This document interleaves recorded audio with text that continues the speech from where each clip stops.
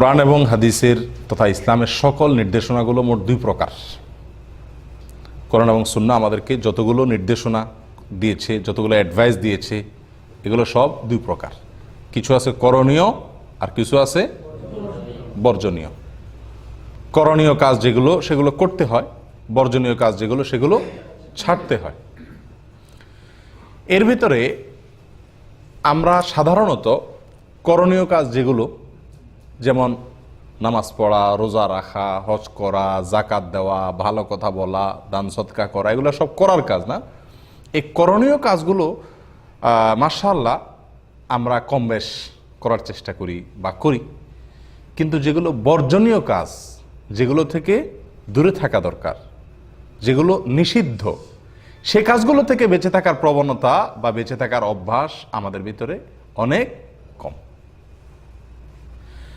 অথচ শরীয়তে একেবারে ইসলামের মৌলিক যে বিষয়, যেমন 5 ওয়াক্ত সালাত, সিয়াম, জাকাত, হজ, ঈমান, এই 5 মৌলিক বিষয় ছাড়া বাকি যত ফরজ আছে, যত করণীয় কাজ আছে, অনেক উলামায়ে কেরামের মতে সেগুলোর চাইতে সেগুলো করার যে গুরুত্ব, বর্জনীয় কাজ বা নিষিদ্ধ কাজগুলো ছাড়ার গুরুত্ব তার চাইতে বেশি। যদিও আল্লামা ইবনুল কাইয়িম রাহিমাহুল্লাহর ব্যতিক্রম বলেছেন এবং অনেকেই বলেছেন। যাই হোক, সেটি মূল আলোচনার বিষয় না। মূল আলোচনার বিষয় হলো যে আমরা নফল কাজ বা অন্যান্য সুন্নত কাজ বা সওয়াবের কাজ, ইতিবাচক যেগুলো, সেগুলো করার গুরুত্ব যত দেই আমরা, সাধারণত গুনাহের কাজ, হারাম কাজ, পাপের কাজ, এগুলো থেকে বেঁচে থাকার জন্য যে পরিমাণ গুরুত্ব দেওয়া দরকার সেই পরিমাণ গুরুত্ব দেই না। অথচ আবু হুরায়রা রাদিয়াল্লাহু তাআলা আনহুকে নবী সাল্লাল্লাহু আলাইহি সাল্লাম হাত ধরে বলতেছেন। হাত ধরে মানুষ কখন কখন মানুষকে বলে? খুব বেশি গুরুত্বপূর্ণ কোনো বিষয় হলে মানুষ হাত ধরে বলে, না? নবী সাল্লাল্লাহু আলাইহি সাল্লাম আবু হুরায়রা রাদিয়াল্লাহু তাআলা আনহুকে হাত ধরে বলেছেন, ইত্তাকিল মাহারিম তাকুন আবাদান নাস। ইত্তাকিল মাহারিম তাকুন আবাদান নাস। যত হারাম কাজ আছে, আল্লাহ সুবহানাহু ওয়া তাআলা যত কাজ করতে নিষেধ করেছেন, এগুলো থেকে তুমি বেঁচে থাকার চেষ্টা করো, তাহলে কি হবে? সবার মধ্যে তুমি সবচেয়ে বড় ইবাদত গুজার হতে পারবা, সবচেয়ে বড় ইবাদত গুজার, সবচেয়ে বড় আবেদ হইতে পারবা।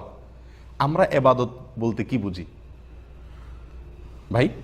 নেকামল, ইবাদত, ভালো কাজ বলতে করণীয় কাজগুলোকে বুঝি, তাই না? সাধারণত নফল, ফরজ, যাই হোক, করণীয় কাজগুলোকে আমরা বুঝি ইবাদত করা। একটা লোক সমাজে যখন মাশাআল্লাহ দায় রাখছে, লম্বা জুব্বা পরছে, মসজিদে আসছে, সবার আগে আসে, দেরিতে বাইর হয়, ঘন ঘন নফল নামাজ পড়ে, লম্বা লম্বা নফল নামাজ পড়ে মাশাআল্লাহ, তারপরে আপনার দান সদকা করে, নফল রোজা রাখে, ভালো কথা বলে, এসব ভালো কাজ না? এই লোকটাকে আমরা সমাজে বলি কি? লোকটা অনেক বড় পরহেজগার মানুষ, ইবাদত গুজার মানুষ। সন্দেহ নাই সে যে কাজগুলো করছে এগুলো ভালো, কিন্তু একজন মানুষের বড় ইবাদত গুজার, বড় মুত্তাকি, বড় পরহেজগার, বড় ভালো মানুষ হওয়াটা নির্ভর করে বেশিরভাগ কিসের উপরে? খারাপ কাজ থেকে বেঁচে থাকার উপর। আর সেটা কিন্তু সাধারণত কি করা যায় না, দেখা যায় কম, দেখা যায় কিন্তু কম দেখা যায়। আবু হুরায়রা রাদিয়াল্লাহু তাআলা হাদিস আপনি লক্ষ্য করুন, নবী সাল্লাল্লাহু আলাইহি সাল্লাম কি বলছেন? তুমি হারাম কাজগুলো থেকে বেঁচে থাকো, তাহলেই তুমি সবচেয়ে বড় ইবাদত গুজার হতে পারবা। আবাদান নাস, মানুষের মধ্যে সবচেয়ে বড় আবাদ হতে পারবা তুমি যদি হারাম কাজ থেকে বেঁচে থাকো। প্রিয় ভাই বোনেরা, আজ হারামের জোয়ার চলছে। আমরা যত মানুষ আলহামদুলিল্লাহ কিছু ভালো কাজ করার তৌফিক আল্লাহ দিচ্ছেন, হয়তো 5 ওয়াক্ত নামাজ পড়ি, অন্য অনেক ভালো কাজ করি আলহামদুলিল্লাহ, কিন্তু আমাদের এই ভালো কাজগুলোর পাশাপাশি আমরা যদি 10টা ভালো কাজ করি তাহলে 100টা হারাম কাজ দিনের ভিতরে হয়ে যায়। আপনি গীবত করছেন, কারো সমালোচনা করছেন, এটি ছোট কোনো অপরাধ নয়। সারা পৃথিবীর সমস্ত ওলামাদের ঐক্যমতে এটি সবচাইতে বড় জঘন্য অপরাধ সমূহের মধ্যে থেকে একটি। মিথ্যা, মিথ্যা ভয়াবহ জঘন্য অপরাধ। মিথ্যা বলতে বলতে মানুষের অন্তরে ভালো কাজ করার শক্তিটুকু শেষ হয়ে যায়। নবী সাল্লাল্লাহু আলাইহি ওয়াসাল্লাম বুখারীর হাদিসে বলেছেন, ওয়ায়াফবুতুল ফুজুরু ফি কলবি, মানুষের অন্তরে মিথ্যা বলতে বলতে একটা পর্যায়ে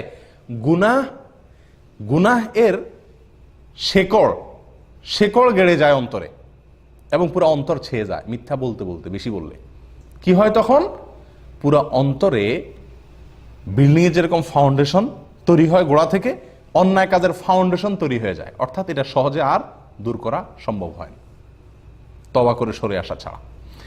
এমনকি এত বেশি অন্যায় পাপ গুনাহ তার অন্তরে দানা বেঁধে যায়, শিকড় গেড়ে ফেলে, যে তার অন্তরে একটা সুইয়ের জায়গা পরিমাণ ভালো কাজ করার মতো, ভালো কাজ ঢুকার মতো স্কোপ থাকে না, কারণ সারাদিন মিথ্যা কথা বলে। প্রিয় ভাইয়েরা, তো এরকম গুনাহ আমরা নামাজ পড়ি এবং সাথে সাথে করি কি করি না? গীবত, এটা তো সারাদিনের নিত্য সঙ্গী। রুমমেটের গীবত, আরেকজনের গীবত, সহকর্মীর গীবত, আত্মীয় স্বজনের গীবত, বন্ধু বান্ধবের গীবত, মানে একে অন্যের দোষ তার পিছনে বলা, এটাই তো গীবত। এটা ছাড়া তো আমাদের দিনের কোনো কাজই হয় না। যেখানেই যাই এটা হয় গীবত করি, আর না হয় শুনি, আর না দোনোটাতে অংশগ্রহণ করি। ঠিক না ভাই? ঠিক। একজন মানুষ তার নামাজের গুরুত্ব যেরকম দেয়, দান সদকা করার গুরুত্ব যেরকম দেয়, ভালো কথা বলার গুরুত্ব যেরকম দেয়, মাশাআল্লাহ অনেক ভালো কাজ করার গুরুত্ব যেরকম দেয়, হারাম কাজ থেকে বেঁচে থাকার গুরুত্ব তার শিকি ভাগও আমরা বেশিরভাগ মানুষ দেই না। অথচ নবী সাল্লাল্লাহু আলাইহি সাল্লাম বলছেন, হারাম কাজ ছাড়লেই তুমি সবচেয়ে বড় ইবাদত গুজার হইতে পারবা। আমি কি বুঝাতে পারছি ভাই? অবলীলায় অবলীলায় সারা দিন গুনাহে লিপ্ত হয়ে যাচ্ছে।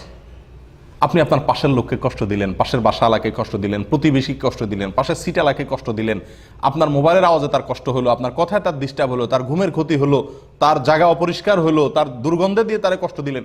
এগুলো সব হারাম কাজ, সব হারাম কাজ, ছোট অপরাধ না, কিন্তু এগুলো আমরা সারাদিন অবলীলায় করছি কি করছি না? প্রিয় ভাইরা, আপনি ফজর নামাজ পড়ে বাইরে হয়েছেন, জোহর পর্যন্ত যদি হিসাব করে রেকর্ড করে, ভিডিও রেকর্ড করে আপনি বসেন, মনের গুনাহ, বাহিরের গুনাহ, সবগুলাকে, ভেতর বাহির সব গুনাহকে একসাথ করলে দেখবেন একটি ভালো কাজ করলেন, কয়েকশো খারাপ কাজ করছেন। আমাদের বাংলায় একটা প্রবাদ আছে, 1 মণ দুধে 1 ফোঁটা চনা দিলেই শেষ। আর আমাদের 1 মণ দুধে কত মণ যে চনা পড়তেছে তার কোনো ঠিক নেই। তাহলে দুধের কি অবস্থা? আমি কি বুঝাতে পারছি? আপনি ভালো কাজ যদি একটা করছেন, ফজর নামাজটা পড়ে বাইর হয়েছেন মাশাআল্লাহ, কিন্তু জোহর পর্যন্ত দেখেন খারাপ কাজ কি পরিমাণ করছেন। আপনি নফল অনেক কাজ করছেন মাশাআল্লাহ, সুন্নাত দোয়া পড়ছেন, নফল দোয়া পড়ছেন, ডান হাতে খাইছেন, অনেক ভালো কাজ করছেন, কিন্তু লক্ষ লক্ষ কোটি কোটি নফলকে যদি এক পাল্লায় দেন আর অপর পাল্লায় একটি হারাম কাজকে দেন, কোনটার পাল্লা ভারী হবে? হারামের পাল্লা ভারী হবে। সারা জিন্দেগি আপনি নফল কাজ করছেন, সেজদা পড়েছিলেন, এটার যে মূল্য, নফল সেজদা, সারা জীবনের জন্য নফল সেজদা পড়ে থাকার যে মূল্য, তার চাইতে বেশি গুরুত্ব একটি হারাম কাজ থেকে বেঁচে থাকা।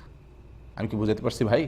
কিন্তু আমরা অবলীলায় সারাদিন হারামে ডুবে আছি, হারামের সাথে বাস, মিথ্যা, গীবত, সমালোচনা, ফিল্ম দেখা, মানুষের হক নষ্ট করা, গালিগালাজ করা, দুর্ব্যবহার করা, অন্যকে কষ্ট দেওয়া, মনে মনে কুচিন্তা করা, চোখ দিয়ে দেখা গুনাহ করা, পরনার দিকে দেখা, সেটা অনলাইনে অফলাইনে। যদি আমি গুনি, সারাদিন গুনাহ গুনে কি করা যাবে না? শেষ করা যাবে না। প্রিয় ভাইয়েরা, আমল মাপা হবে। আমল কি করা হবে? মাপা হবে। আমল গোনা হবে না। আমি কি বুঝাতে পারছি? গোনা এক জিনিস আর মাপা আরেক জিনিস। নফল আমলের পাহাড় স্তূপ করে ফেলছেন, কিন্তু আপনার আমল নামায় গুনাহ আছে। মাপা হবে, আর মাপলে গুনাহ থেকে বাঁচার, আল্লাহর ভয়ে হারাম থেকে সরে আসার, হারামের দিকে না দেখার, হারামের ব্যাপারে মুখটা বন্ধ করার যেই সওয়াব, তার যে বিনিময়, ওয়াল্লাহি লক্ষ লক্ষ কোটি কোটি টাকা আল্লাহর রাস্তায় দান করার, নফল দান করার, নফল সদকা করার, নফল লক্ষ লক্ষ বার রোজা রাখার, নফল লক্ষ লক্ষ বার তাসবিহ তাহলিল এবং দোয়া দরুদ পড়ার যে গুরুত্ব, তার যে মর্যাদা আপনি অর্জন করবেন। একটি বার হারাম থেকে করতে পারেন, হারাম কাজটা করলেন না, আল্লাহর ভয়ে সরে আসলেন, এর যে মর্যাদা ওই লক্ষ লক্ষ কোটি কোটি দান, নফল সদকা, নফল রোজা, নফল তাসবিহ এর চাইতে বেশি উত্তম। আমি কি বুঝাতে পারছি? কিন্তু এই জিনিসটা কি আমাদের জীবন আমরা লক্ষ্য করি ভাই? গুনাহ থেকে বাঁচার বিষয় কি খুব বেশি লক্ষ্য করা হয়? লক্ষ্য করা দরকার কি দরকার না বলুন? আরেকটি হাদিস আমি আপনাদের শোনাই, সহিহ মুসলিমে আসছে, বুখারীতেও আসছে। নবী সাল্লাল্লাহু আলাইহি ওয়াসাল্লাম বলেছেন, ইযা নাহাইতুকুম আন শাইইন ফান্তাহু ওয়াইদা আমারতুকুম বিশাইইন ফাতু মিনহু মাস্তাতা'তুম আও কামা ক্বাল। আমি তোমাদেরকে যখন কোনো কাজ নিষেধ করি তাহলে সেই কাজ থেকে তোমরা বিরত থাকো। নবী সাল্লাল্লাহু আলাইহি ওয়াসাল্লামের ভাষাটা লক্ষ্য করেন, সেই কাজ থেকে তোমরা কি থাকো? বিরত থাকো। হার্ড ব্রেক, ডাইরেক্ট নিষেধ, সোজা কথা একটাই, কোনো স্কোপ নাই, ছাড় নাই, কথার ভিতরে কোনো দুর্বলতা নাই, একেবারে স্ট্রং কথা, পরিষ্কার নির্দেশনা। নিষেধ, যেসব বিষয়গুলো থেকে নিষেধ করেছি সেগুলো থেকে বিরত থাকো, এক্স, সোজা, নো এন্ট্রি। কথা বুঝে আসছে? ওয়াইদা আমারতুকুম বিশাইইন ফাতু মিনহু মাস্তাতা'তুম। আর যেসব বিষয় তোমাদেরকে আমি করার নির্দেশ দিয়েছি, করার নির্দেশ যেগুলো দিছি, এটা করো, এটা করো, এটা বলো, এই আমল করো, এই করার নির্দেশ যেগুলো দিছি এগুলো ফাতু মিনহু মাস্তাতা'তুম, যতটুকু সাধ্যে কুলায় ততটুকু করো। করণীয় কাজগুলো যতটুকু সাধ্যে কুলায় করো, আর বর্জনীয় এবং নিষিদ্ধ কাজগুলো থেকে বেঁচে থাকো। এখানে নবী সাল্লাল্লাহু আলাইহি ওয়াসাল্লাম বলেন নাই যদ্দূর সাধ্যে কুলায় তদ্দূর বাঁচো। আমি কি বুঝাতে পারছি? নামাজ দাঁড়ায় পড়া ফরজ, না পারলে বসে পড়েন, বসেও না পারলে শুয়ে পড়েন, শুয়েও না পারলে ইশারায় পড়েন। ইশারায়ও পড়ার মতো অবস্থা নাই, সেন্স নাই, মাফ। ও ভাই, না রোজা, রমজান মাসে রোজা রাখা ফরজ, আর রাখতে পারতেছেন না, অসুখ হয়ে গেছে, পরে রাখেন রমজানের পরে। তাও পারেন না তো কাফারা দিয়ে দিয়েন। হজ ফরজ হয়েছে, করতে হবে, পারতেছেন না, টাকা আছে, আরেকজনকে পাঠাই দেন। সমস্ত কাজগুলোতে বিকল্প আছে না নাই? ছাড় আছে, এমনি না পারলে এমনি, এমনি না পারলে এমনি, একদম কোনোভাবে পারতেছেন না তো মাফ। এ হলো করণীয় কাজগুলো। আর নিষিদ্ধ কাজগুলোর ব্যাপারে নবী সাল্লাল্লাহু আলাইহি ওয়াসাল্লাম কি বলেছেন? ফান্তাহু, খবরদার, ব্রেক, যেগুলো নিষেধ করছি সেগুলো করবা না, ফুল স্টপ, কোনো ছাড় নাই। জেনা, চুরি, ডাকাতি, মানুষ হত্যা, গীবত, শেকায়েত, এসবগুলোর ব্যাপারে কি কোনো ছাড় আছে? যে ঠিক আছে তুমি জেনা থেকে বাঁচতে পারতেছো না, তো ঠিক আছে, বাঁচতে না পারলে আর কি করবা? তো যখন পুরোপুরি বাঁচতে পারতেছো না তো অর্ধেক করিও, এই সুযোগ আছে? চুরি থেকে যেহেতু তুমি বাঁচতে পারতেছো না, তোমার অভাব স্বভাব হয়ে গেছে, তাহলে ঠিক আছে পুরোপুরি যখন বাঁচতে পারতেছো না তো যদ্দূর পারো এদ্দূর বাঁচো, এরকম কোনো কথা আছে? আমি কি বুঝাতে পারছি? নিষিদ্ধ বিষয়গুলো থেকে বাঁচতে হবে 100-100। করণীয় কাজগুলো অনেক সময় 180, 90, 70, 30 অবস্থা ভেদে ওইটা কম বেশ করার সুযোগ আছে, সেটাও অবশ্য মন মতো না, সাধ্যের যদ্দুর কুলা। এর মানে এই না যে ফজরের নামাজ আমি শরীর ভালো লাগলো না, শরীরটা একটু মেজমেজ করলো, অলসতা লাগলো, তো শুয়ে থাকলাম, কারণ আল্লাহ বলছেন যদ্দুর সাধ্যে কুলা উদ্দুর করো। এরকম চলবে নাকি? সাধ্যে কুলায় মানে হলো আমার ক্ষমতায় যতক্ষণ কুলায়, অক্ষম হয়ে গেছি, আমি আর পারতেছি না, ক্ষমতা নাই, তখন মাফ। কথা বুঝে আসছে ভাই? তাহলে নিষিদ্ধ কাজ থেকে বাঁচা, এটার গুরুত্ব শরীয়তে অনেক বেশি। আমরা আমাদের জীবনে নফল কাজ, নফল আমল, নফল দোয়া, দুরুদ, তাসবিহ, তাহলিল, এগুলোর গুরুত্ব যত বেশি দেই, আমি বারবার আপনাদেরকে এই কথাটা আবারও বলছি যে গুনাহ থেকে বাঁচার, হারাম থেকে বাঁচার, নিষিদ্ধ কাজ থেকে বাঁচার ব্যাপারে তার সিকিভাগ গুরুত্ব দেই না। যদি দিতাম তো সারাদিনে বহুবার কথা বলতে গিয়ে আমি নিজেই ব্রেক দিতাম, কারণ গীবত এসে যাচ্ছে। কয়টি বার সারাদিনের ভিতরে কয়বার এই তৌফিক হয়েছে যে কথা বলতে গিয়ে হঠাৎ করে থেমে গেছেন বা কাউকে থামাই দিয়েছেন, ভাই গীবত হচ্ছে। এই খারাপ কাজ থেকে বাঁচার প্রবণতা খুব কম না আমাদের মধ্যে? ও ভাই, হারাম কাজগুলো এত জঘন্য, সেগুলো করলে মানুষ এত দূরে সরে যায় আল্লাহর কাছ থেকে যে কোনো ইবাদতের স্বাদ পাওয়া যায় না। বেশিরভাগ হারাম কাজের ব্যাপারে যে কথাগুলো হাদিসে আসছে তার নগদ শাস্তি, নগদ সাজার ভেতরে একটি হলো যে হারাম কাজগুলো করার কারণে, হারাম কাজে লিপ্ত হওয়ার কারণে রিজিকে বরকত নষ্ট হয়ে যায়। 2 হাতে টাকা কামাইতেছি কিন্তু অভাব কমে না, রিজিকের বরকত শেষ হয়ে যায় গুনাহ করলে। হারাম কাজ করলে এর চাইতে বড় যে অসুবিধাটা হয়, এর চেয়ে বড় যে ক্ষতিটা হয়, সেটা হলো ইবাদতের স্বাদ নষ্ট হয়ে যায়। ভাই আল্লাহি, ইবাদতের স্বাদ বড় আজীব এক জিনিস। ইবাদতের স্বাদ বুঝতে পারছি? দান করে আনন্দিত হওয়া, ইবাদত করে ভালো লাগা, সেজদা গেলে আর উঠতে মনে না চাওয়া, রুকুতে গেলে আর উঠতে মনে না চাওয়া, এটা হলো ইবাদতের স্বাদ। এটা হলো কি? আমি কি বুঝাতে পারছি? ইবাদতের স্বাদ, এটা পাওয়া যায় না, এটা নষ্ট হয়ে যায়, রুচি নষ্ট হয়ে যায়। কখন? আপনার জন্ডিসের রোগী যেরকম, জন্ডিস হলে মিষ্টি জিনিসও কি লাগে? তিতা লাগে, রুচি নষ্ট হয়ে যায়। ঠিক একইভাবে একজন মানুষ যখন গুনাহ করতে থাকে অবলীলায়, গুনাহ থেকে বেঁচে আসার, ব্রেক দেওয়ার, অন্যায় কাজ আল্লাহর ভয়ে ছাড়ার অভ্যাস থাকে না, ওই লোকটার ভিতরে কি হয়?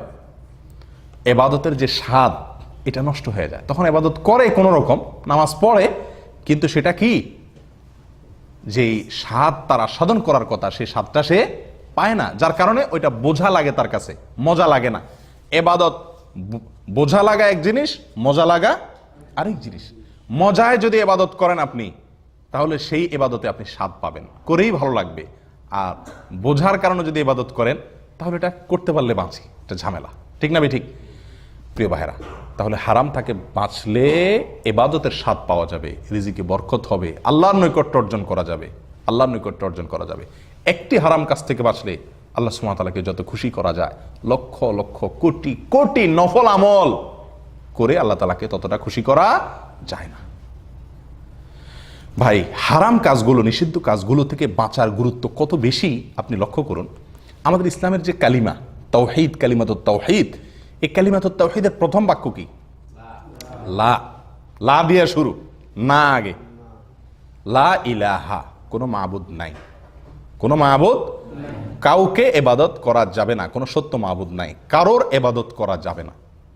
আগে নিষেধ, ইল্লাল্লাহ, এরপরে হলো করণীয়, অর্থাৎ আল্লাহর ইবাদত করা।